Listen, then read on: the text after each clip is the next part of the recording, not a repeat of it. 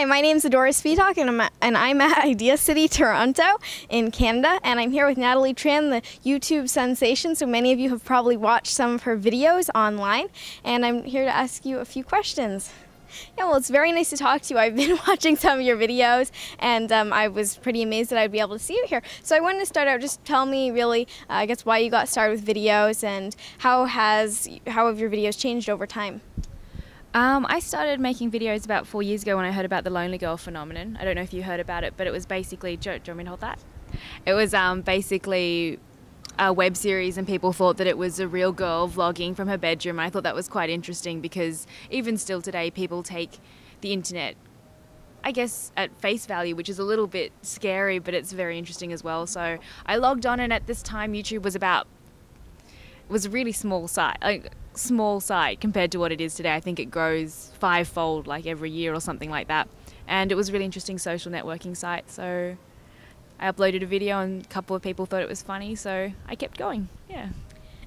So yeah, and definitely there are a lot of people who play characters on YouTube. I don't know if you've seen this one where there's this girl who does really bad singing, but that's another one. And so how do you think that your personality on YouTube has affected how people see you in real life? I worry that I've undermined myself. People probably think I'm a lot more stupid than I am, which is my own fault. No, I don't know. I have a really fun time making videos, and people are incredibly kind. And when people say, I don't know, I don't really have very much to complain about. The internet's a wonderful resource, and yeah, sorry, it's not a very good answer at all. I'm sorry. No, that's fine. I'm just wondering because a lot of people, you know, when someone plays a character on a movie, then a lot of people look at them as that character in real life, especially if the movie becomes popular. So it'd be interesting to see that. You've just become a lot smarter than a lot of people. Oh. Thank you. So how are you feeling about your upcoming speech?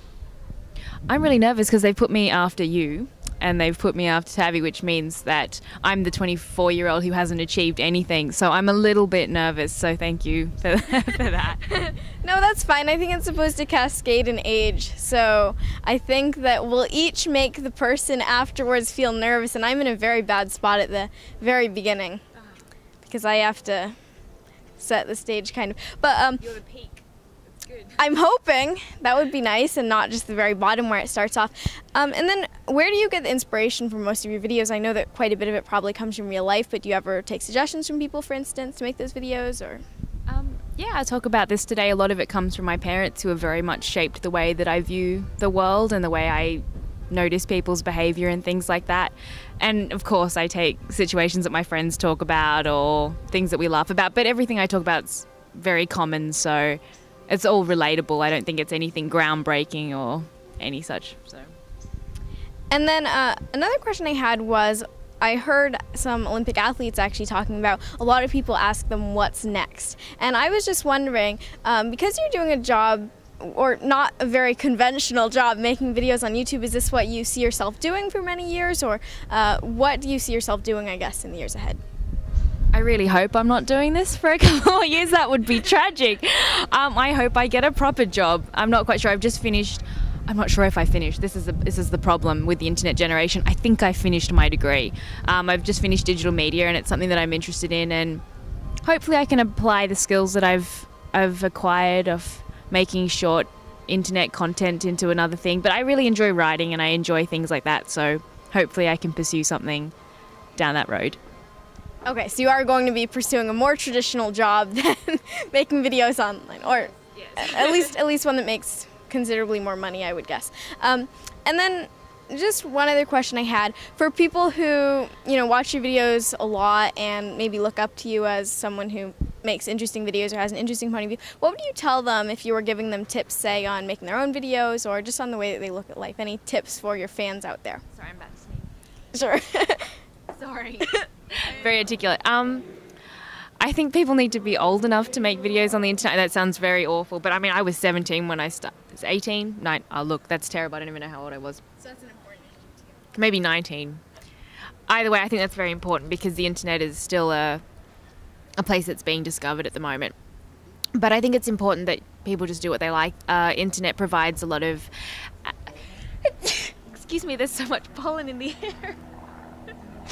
A lot of access to niches. So I think if you just do whatever you like, people will find you, and that's a fun thing. So yeah. And finally, what have you seen from your videos? What do you think are some of the pitfalls of posting on the internet as opposed to using more traditional routes such as television? It's a lot harder to control what happens to your stuff. Copyright's a bit of an issue, but I mean, like, I think things on the internet should be shared, so but other people find that a problem. Traditional media finds that a problem. Yeah, I think there's a lot of freedom that comes with doing things on the internet, but I guess the downfall is that people, the anonymity that the internet provides means that you're going to deal with a lot more harassment, you're going to deal with a lot more abuse and things like that, and I guess that there's no one around you to filter that for you unless you prepare for that, which I guess is another piece of advice. So